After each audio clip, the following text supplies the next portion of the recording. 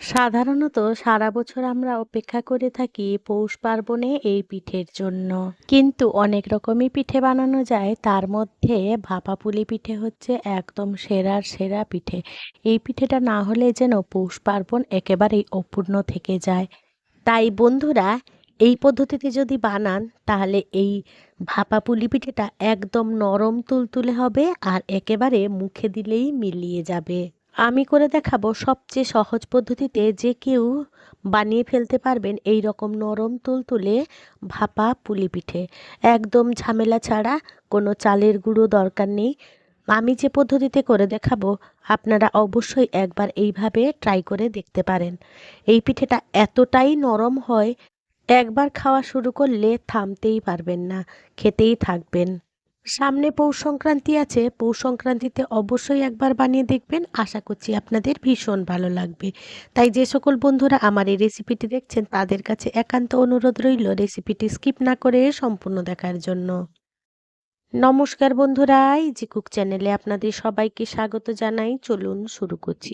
এই দারুণ স্বাদের ভাপা পুলি পিঠে বানানোর জন্য প্রথমেই আমি গ্যাসে একটা কড়াই বসিয়ে দিয়েছি। কড়াইটা বেশ হালকা করে গরম করে নেব, তাতে ঘি দিয়ে দেবো। আমি এখানে প্রথমে ভাপা পুলি পিঠের পুর বানিয়ে নেব। ঘিটা বেশ ভালো করে মেল্ট হয়ে গেলে বেশ খানিকটা ভাজা বাদাম এরকম গুঁড়ো করে নিয়েছিলাম দিয়ে দিলাম, কাজুও দিয়ে দিলাম গুঁড়ো করে নিয়েছিলাম, আর কিশমিশও দিয়ে দিলাম বেশ খানিকটা। এবারে এই সমস্ত উপকরণ একটু হালকা ভেজে নেব। জাস্ট এগুলো থেকে সামান্য একটা সুন্দর মিষ্টি গন্ধ বেরোলে আগের থেকে আমি দুধ থেকে ছানা বের করে রেখেছিলাম, সেই ছানাটা দিয়ে দেবো। এইসব উপকরণ দিয়ে যদি আমরা পুরটা বানাই তাহলে ভীষণ ভালো লাগে খেতে।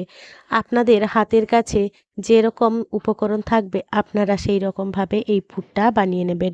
এবারে ছানাটা দিয়ে বেশ ভালো করে মিশিয়ে নেব। ছানাটা একটু ভাজা ভাজা হয়ে এলে এবারে দিয়ে দেবো নলেন গুড়। আমার চ্যানেলে নলেন গুড়ের রেসিপি কিভাবে বাড়িতে খুব সহজ পদ্ধতিতে বানানো যায় সেই রেসিপিটি দেয়া আছে, আমি আই বটনে দিয়ে দেবো, আপনারা দেখে নেবেন। আপনাদের হাতের কাছে যদি নলেন গুড় না থাকে তাহলে আপনারা হাতের কাছে যেমন গুড় থাকবে বা চিনি দিয়ে আপনারা এই পুরটা বানিয়ে নিতে পারেন।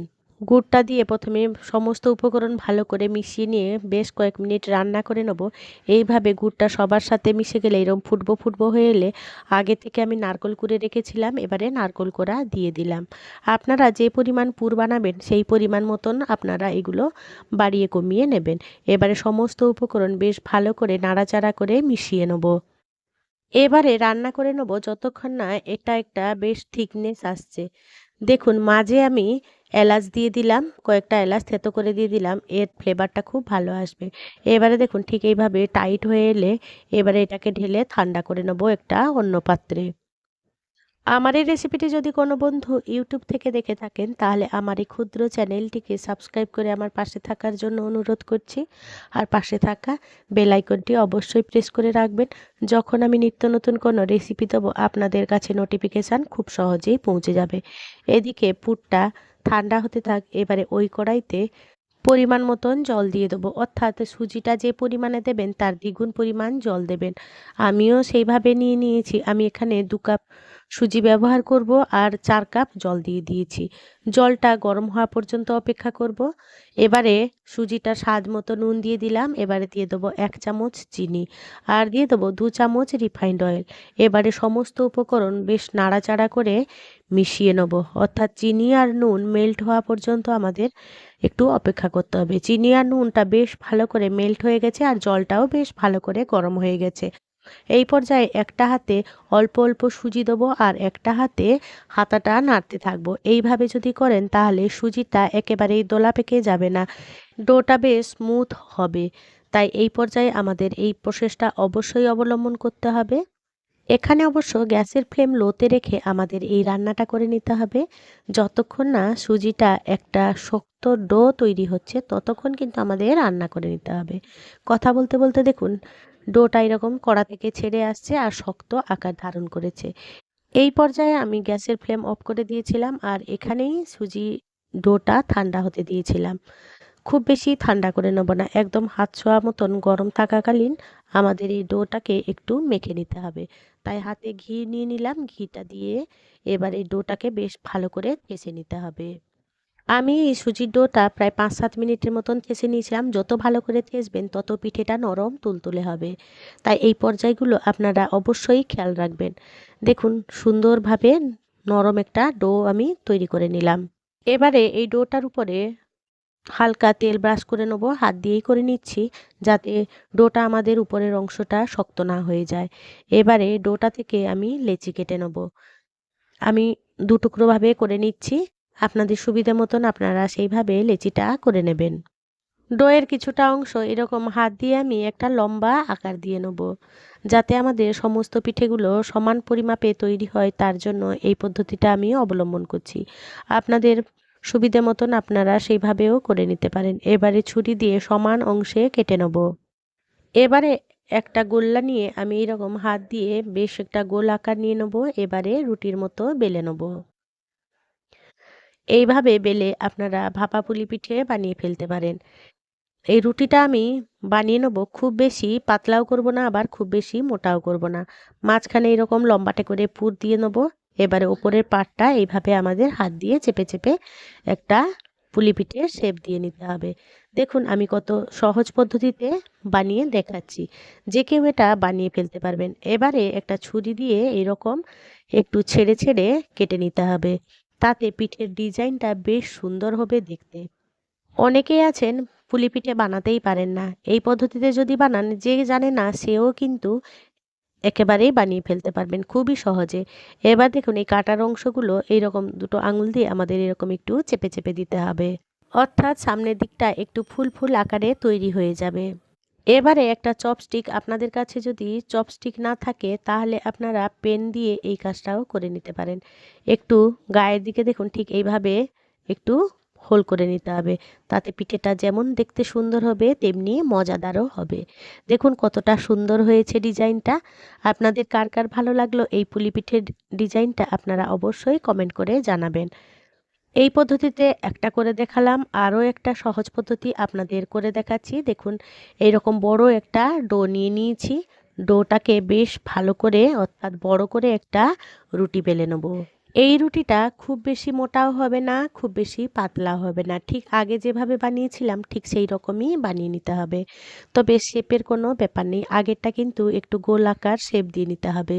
মোটামুটি এই পর্যায়ে আমাদের রুটিটা বেশ বড় আকার করে বেলে নিতে হবে, অর্থাৎ ডোয়ের পরিমাণ অনুযায়ী রুটিটা বেশ বড় করে আমি বেলে নিলাম। এবারে একটা ধারালো বাটি আমাদের এইরকম নিয়ে নিতে হবে। এবার বাটির সাইজ অনুযায়ী আমাদের এইরকম রুটিগুলো কেটে নিতে হবে। তাতে পিঠেগুলো সমান মাপের হবে আর দেখতেও বেশ ভালো হবে। এক্সট্রা যে রুটিগুলো আছে সেগুলো আমি তুলে নিলাম। এবারে একটা রুটির মধ্যে মাঝখানে যতটা পরিমাণ পুর ধরবে ততটা পরিমাণ পুর দিয়ে দিলাম। এবারে সেই একই পদ্ধতি অনুযায়ী আমরা এরকম হাত দিয়ে চেপে চেপে মুখগুলো বেশ ভালো করে জোড়া লাগিয়ে নেব, যাতে পুরগুলো আমাদের বাইরে বেরিয়ে না যায়। এবারে সেই একই পদ্ধতি ছুরি দিয়ে একটু ছেড়ে ছেড়ে আমরা এরকম কেটে নেব। আর আগে যে এরকম ডিজাইন দিয়েছিলাম ঠিক সেইভাবেই ডিজাইনটা করে নেব। আমি এই ভাপা পুলি পিঠেটা সমস্ত ডিজাইন একরকম করেছিলাম। আপনারা চাইলে আলাদা আলাদা রকমও যত রকম ডিজাইন জানেন করে নিতে পারেন। তবে বন্ধুরা আপনাদের কাছে আমার এই দুটো প্রসেসের মধ্যে কোন প্রসেসটা সবথেকে বেশি সহজ মনে হলো সেটা কিন্তু কমেন্টে জানাতে একেবারেই ভুলবেন না। সেই একই পদ্ধতি চপস্টিক দিয়ে আবারও একটু একটু হোল করে নেবো যাতে পিঠেটা বেশ সুন্দর হয় দেখতে। দেখুন কতটা সুন্দর আর কতটা লোভনীয় হয়েছে আর কতটা ইজিলি তৈরি হয়ে গেল। এক এক করে সমস্ত পিঠে আমি এক এক করে বানিয়ে নিয়েছিলাম। এদিকে আমি গ্যাসে কড়াই বসিয়ে দিয়েছি। কড়াইতে পরিমাণ মতন জল দিয়ে গরম হতে দিয়ে দিলাম। জলটা গরম হওয়া পর্যন্ত অপেক্ষা করব। এদিকে একটি ছিদ্রযুক্ত থালা নিয়ে নিয়েছি। থালাটা বেশ ভালো করে তেল ব্রাশ করে নেব। আমি অবশ্য এই কাজটা হাত দিয়ে করে নিয়েছিলাম। তেলটা অবশ্যই এইরকম লাগিয়ে নেবেন, তাতে এই পুলি পিঠেগুলো এই থালার গায়ে লেগে যাবে না। খুব ভালো করে এই কাজটা আমি করে নিলাম।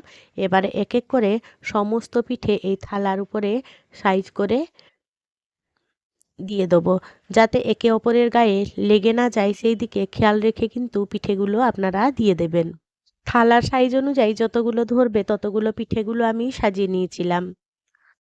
আপনাদের হাতের কাছে যদি ইডলি মেকার থাকে তাতেও আপনারা এই পিঠেগুলো তৈরি করে নিতে পারেন। আর তাও যদি না থাকে, হাঁড়ির মধ্যে জল দিয়ে হাঁড়ির উপরে একটা ঝুড়ি কিংবা একটা পাতলা কাপড় বেঁধে আপনারা এইভাবে ভাপা পুলি পিঠে তৈরি করে নিতে পারেন।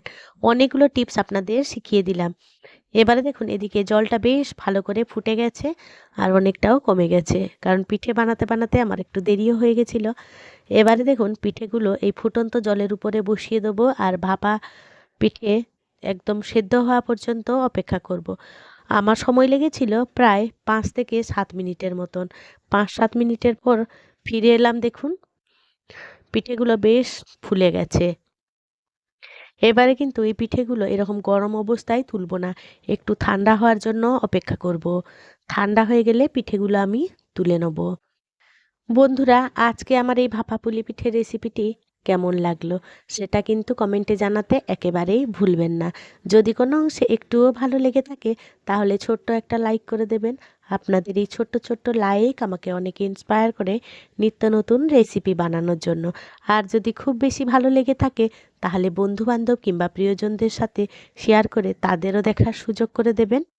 আমি অবশ্য ঢাকা চাপা দিয়ে একটু ঠান্ডার জন্য অপেক্ষা করছিলাম। দেখুন বেশ সুন্দরভাবে ঠান্ডা হয়ে গেছে আর একেবারে ইজিলি কীরকম উঠে আসছে। পিঠেগুলো দেখুন একদম নরম তুলতুলে হয়েছে। এক এক করে আমি পরিবেশন করে নিচ্ছি। আপনাদের পছন্দ মতন আপনারা পরিবেশন করে নেবেন। এই পিঠেটা যেমন গরম গরম খেতেও সুস্বাদু, তেমনি পরের দিন বাচিটাও একইভাবে নরম তুলতুলে থাকবে। একবার বানিয়ে দেখবেন, এর স্বাদ তো মুখেই লেগে থাকবে। ছোট বড় সবাই কিন্তু ভীষণ ভীষণভাবে পছন্দ করবে। আর আপনারা যদি একবার কাউকে এইভাবে করে খাওয়ান, সে তো আপনার হাতের গুণের প্রশংসা করতেই থাকবে। এবারে আমি একটা পিঠে আপনাদেরকে ভেঙে দেখিয়ে দিচ্ছি, দেখুন কতটা নরম আর কতটা তুলতুলে হয়েছে। আর বন্ধুরা, আপনারা যদি আমার মতন করে বানিয়ে থাকেন তাহলে অবশ্যই জানিয়ে যাবেন যে আপনাদের এই পিঠেটা কেমন লাগলো। আমার সকল দর্শক বন্ধুদেরকে জানাই শুভ পৌষ সংক্রান্তির প্রীতি ও শুভেচ্ছা। যে সকল বন্ধুরা আপনাদের মহামূল্যবান সময় দিয়ে আমার সাথে এতক্ষণ থাকলেন তাদেরকে জানাই অসংখ্য অসংখ্য ধন্যবাদ। আপনারা ভালো থাকবেন, সুস্থ থাকবেন। দেখা হবে পরের কোনো নিত্য নতুন রেসিপিতে।